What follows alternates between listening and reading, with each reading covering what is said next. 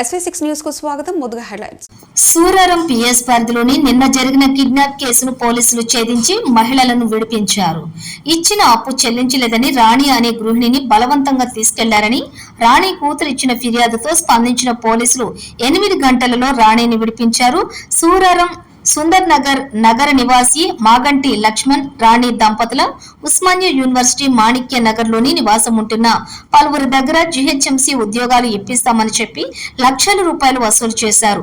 ఉద్యోగాలు ఇప్పించకపోగా ఇచ్చిన డబ్బులు తిరిగి ఇవ్వకపోవడంతో చాలా రోజుల నుండి ఇబ్బందులకు గురి చేస్తున్నారు. లక్ష్మణ్ రావు నిన్న డబ్బులు ఇస్తాను రండి అని చెప్పాడని ఇంటికి వెళ్లేసరికి లక్ష్మణ్ రావు లేకపోవడంతో రాణిని 5 బలవంతంగా తీసుకెళ్లినట్లుగా పోలీసులు గుర్తించారు. ఇచ్చిన సొమ్మును రాబట్టుకోవడం కోసం చట్ట ప్రకారం వెళ్లాలని, ఇలా బలవంతంగా దౌర్జన్యం చేస్తే కఠిన చర్యలు తీసుకుంటామని పోలీసులు తెలిపారు. కేసు నమోదు చేసుకున్న పోలీసులు నిందితులను అదుపులోకి తీసుకుని దర్యాప్తు చేస్తున్నారు.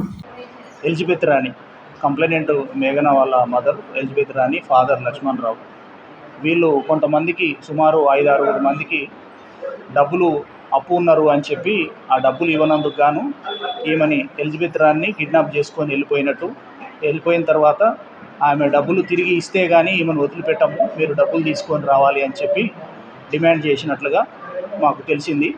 వెంటనే మేము ఒక టీం ఫామ్ చేసి అక్కడికి వీళ్ళు ఉస్మానియా యూనివర్సిటీ పరిధిలోని మాణికేశ్వర నగర్ ఏరియాలో ఉన్నట్టుగా తెలిసి అటు సమాచారాన్ని లోకల్ పోలీస్ వారికి తెలియజేయడంతో పాటు మా టీం అక్కడికి అప్రోచ్ కావడం జరిగింది. అక్కడికి అప్రోచ్ అయ్యి వీళ్ళు పట్టుకున్న తర్వాత విచారణలో తెలిసింది ఏంటంటే ఎలిజబెత్ రాణి యొక్క భర్త లక్ష్మణ్ రావు గతంలో కొంతమందికి ఉద్యోగాలు ఇప్పిస్తా అని చెప్పి డబ్బులు తీసుకున్నాడని, అటు డబ్బులు తిరిగి ఇవ్వనందున మా డబ్బులు మాకు ఇస్తారా లేదా అని చెప్పి వీళ్ళని కిడ్నాప్ చేసి తీసుకొని పోయినట్లుగా తెలిసింది. దీనికి సంబంధించి విచారణలో తెలిసింది ఏంటంటే ఒక్కొక్కరి దగ్గర 50,000, 60,000 ఇట్లా సుమారు 3,15,000 రూపాయలు వీళ్ళు డబ్బులు తీసుకున్నట్టు, అందులో కొంతమందికి 90,000 రూపాయలు ఆల్రెడీ పే చేసినట్టుగా, రిమైనింగ్ 2 లక్షల చిల్లర అమౌంట్ ఇంకా ఇవ్వాల్సి ఉండగా దానికి సంబంధించి వీళ్ళని కిడ్నాప్ చేసుకొని పోతే కానీ మాకు డబ్బులు ఇవ్వరు అని వాళ్ళు ప్లాన్ చేసి కిడ్నాప్ చేసుకొని పోయినట్లుగా తెలిసింది. వాళ్ళని పట్టుకొని తర్వాత పోలీస్ స్టేషన్ తీసుకొచ్చి ఎంక్వైరీ చేస్తే తెలిసింది ఏంటంటే గతంలో లక్ష్మణ్ రావు ఉద్యోగాల పేరిట డబ్బులు తీసుకుర్రు అనేది వాళ్ళు మనకి చెప్పినటువంటి సమాచారం. దాంట్లో భాగంగా ఎవరైతే కిడ్నాప్ చేసిరో వాళ్ళని కూడా అరెస్ట్ చేసి తదుపరి చర్య తీసుకోవడానికి కోసం ఇన్వెస్టిగేషన్ పూర్తి చేస్తున్నాము. ఇందులో గుర్తు తెలియని వ్యక్తులు అని చెప్పి మనకి కంప్లైంట్ ఇచ్చారు.